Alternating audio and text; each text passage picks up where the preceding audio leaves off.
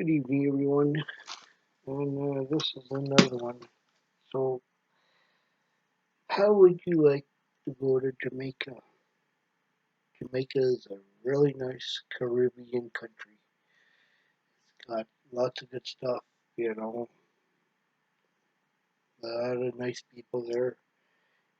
And I went to go to a bar with only Jamaican people in there, in Winnipeg, and double shot of rum and coke. Ooh, perfect. So anyway, Jamaica's really good. So he was a Scottish immigrant, Jamaican to a Jamaican, and he was a Scottish immigrant to Jamaica and was the first recorded serial killer in Jamaica history and one of its most prolific. So he's the first recorded uh, serial killer and most prolific in Jamaica. And I'm talking about Louis Hutchinson, born in 1733 in Scotland and died in 1773.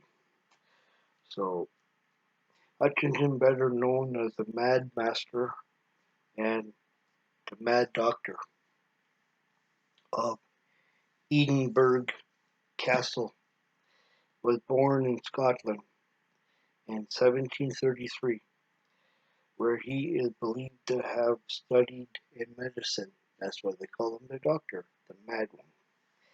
In 1760s, he came to Jamaica to head on the estate called Edinburgh Castles.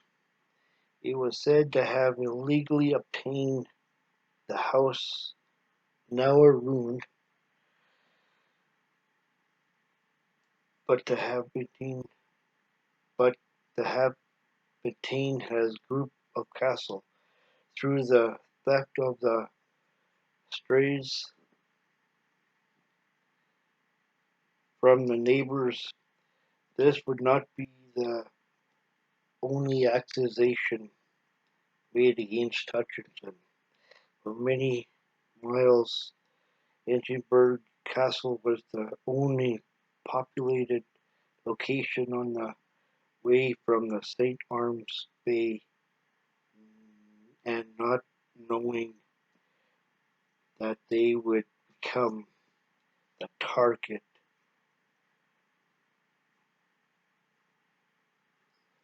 of Hutchinson's rifle.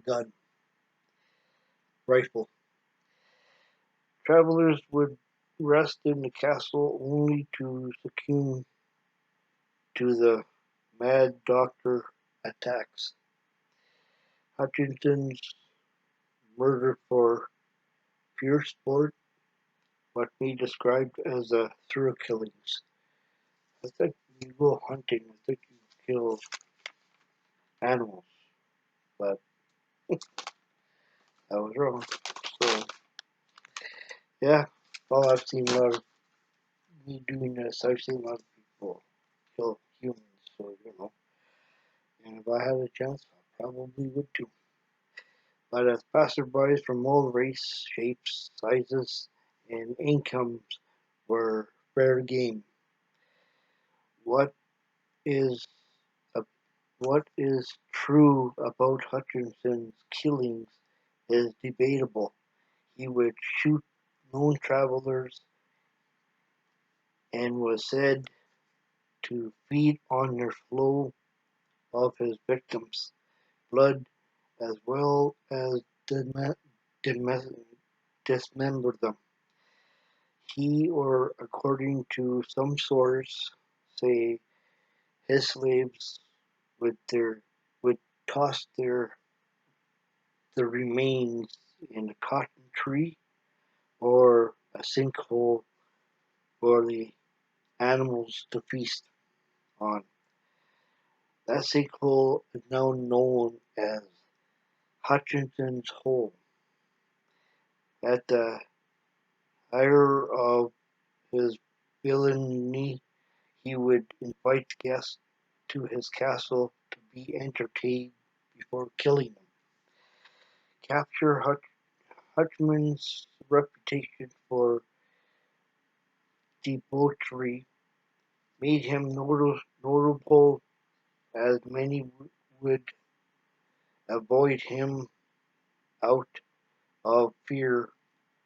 His slaves tell the terrible treatment of fear of and gruesome details of the murders made him legendary.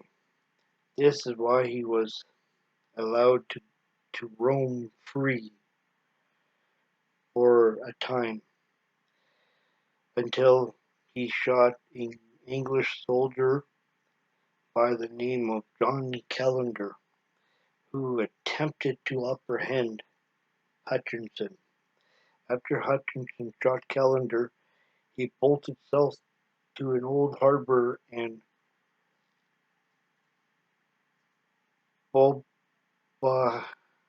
Bobarate betrayed it. Uh, oh, harbor and aborted a ship, or before aborting a ship. The Royal Navy combat the Royal Navy. This is he bolted after he shot Calendar, and he almost aborted a ship, and he ran to the old harbor. But the Royal Navy commander by Admiral Rodney caught Hutchinson before he could escape. Shortly after being caught, he was tried and found guilty. In 1773, he was hanged in Spanish Town Square in Jamaica. Although the final tolls is unknown, I was reading something else too, and it was believed to be 43 people, but it's still unknown, it says. So, but the toll of his serial killing is unknown. Upon searching his house after his arrest, approximately they found approximately 43 watches and a large amount of clothes was found. 43 watches, 43 people, but it's unknown. But this guy is a first recorded serial killer in Jamaica history. So, yeah, well, he died not, he did not act alone. A planter named James Walker and Reagan Manick were sentenced to death for participating in a murder of a farmer, William Lickley, and schoolmaster Timothy Cronin. Rogers' wife, Doris, Miss Susanna Cole, and Miss Elizabeth Thomas got released and never got charged. The other ones got charged for being there. So, and thank you for uh, listening, and you guys have a good morning. Thank you. Bye.